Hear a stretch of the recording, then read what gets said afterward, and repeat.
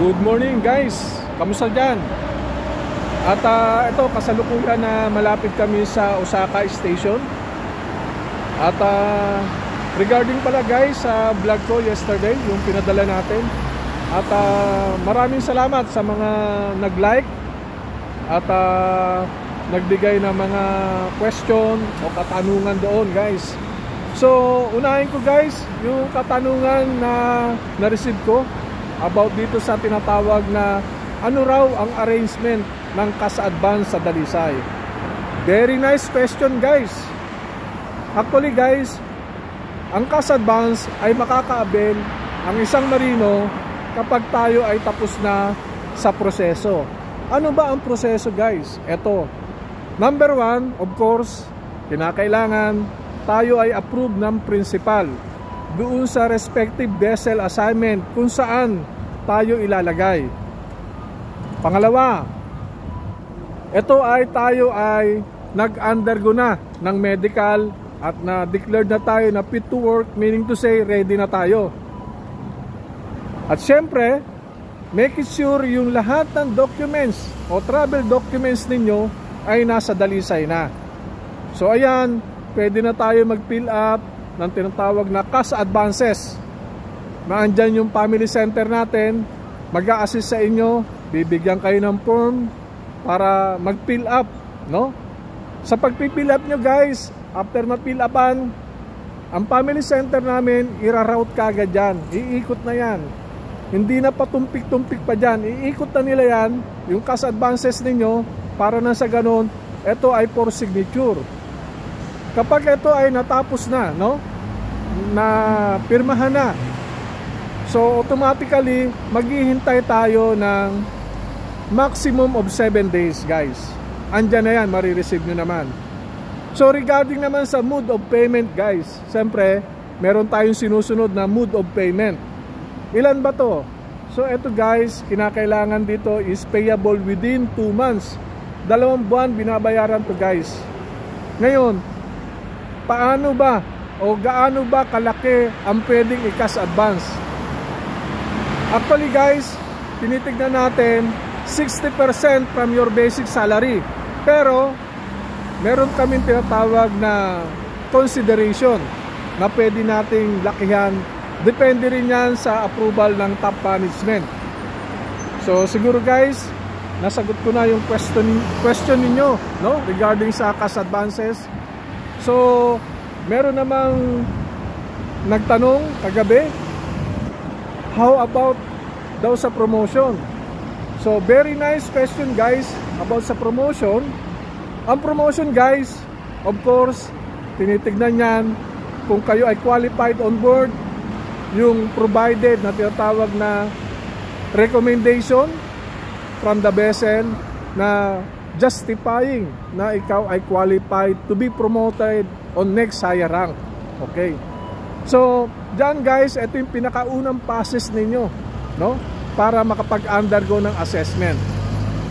So, regarding naman sa tinatawag na assessment. Sa assessment guys, meron tayong tinatawag na sets.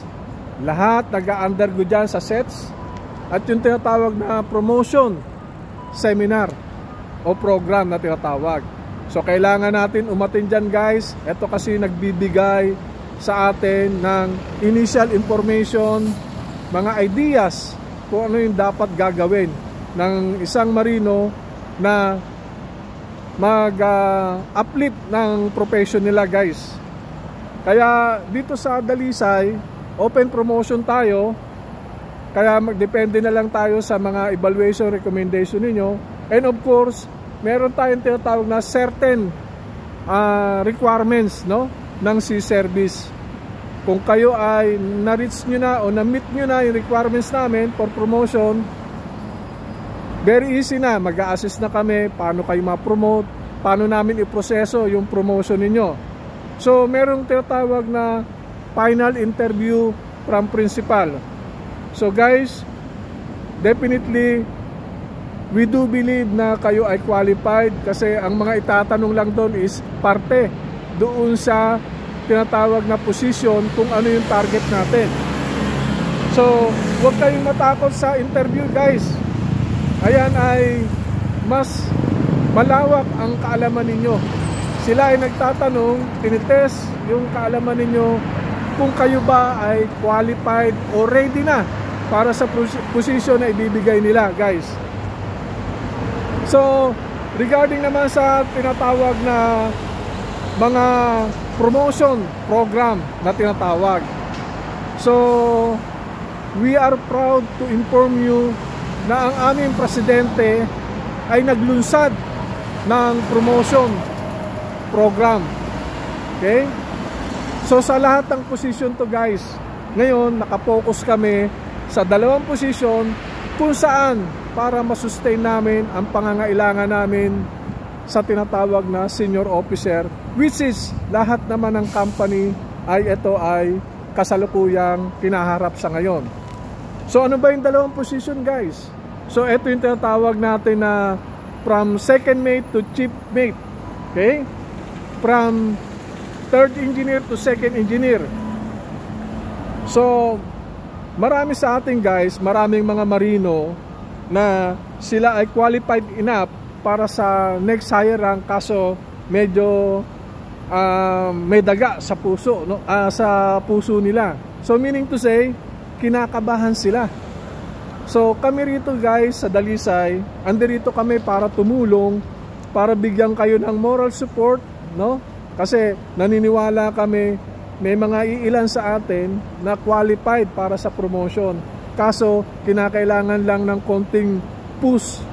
So eto, ngayon regarding dun sa sinasabi ko kanina na nilunsad ng aming presidente na regarding sa programa niya, guys, eto yung half ng review fee, no? Eto, guys, kalahati ng review fee ninyo at kalahati ng MLC na binayaran ninyo, ito ay marireimburse ninyo kalahati, 50%, may ibabalik sa inyo. But kinakailangan natin ipasa natin yung examination para tayo ay entitled na kumuha ng 50% doon sa tinatawag na reimbursement sa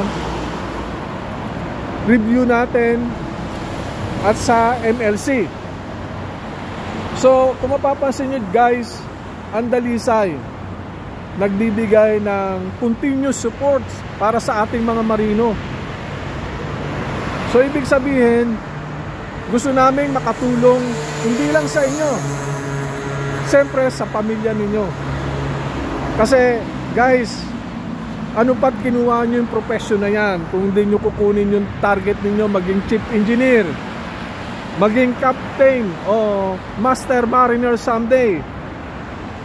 Tsaka yung mga sa galley section, of course, from messman to chief cook, tinutulungan din natin yan na paano ba maging qualified na chief cook someday. So kaya, guys, wag na kayong patumpik-tumpik pa. Binibigyan namin kayo ng mahabang time, no? Ini-encourage namin kayo na mag-apply sa Dalisay. Sa Dalisay, lahat ng mga staff, mga officers namin, fleet managers, recruitment, presidente, lahat ay welcome. Kaya, guys, so inaasahan ko na kayo ay mag-apply sa aming kumpanya. So hanggang dito na lang, guys. Hindi ko na pahabain pa. So mamaya, guys, abangan nyo yung next vlog ko. Maraming salamat sa inyo. Bye bye.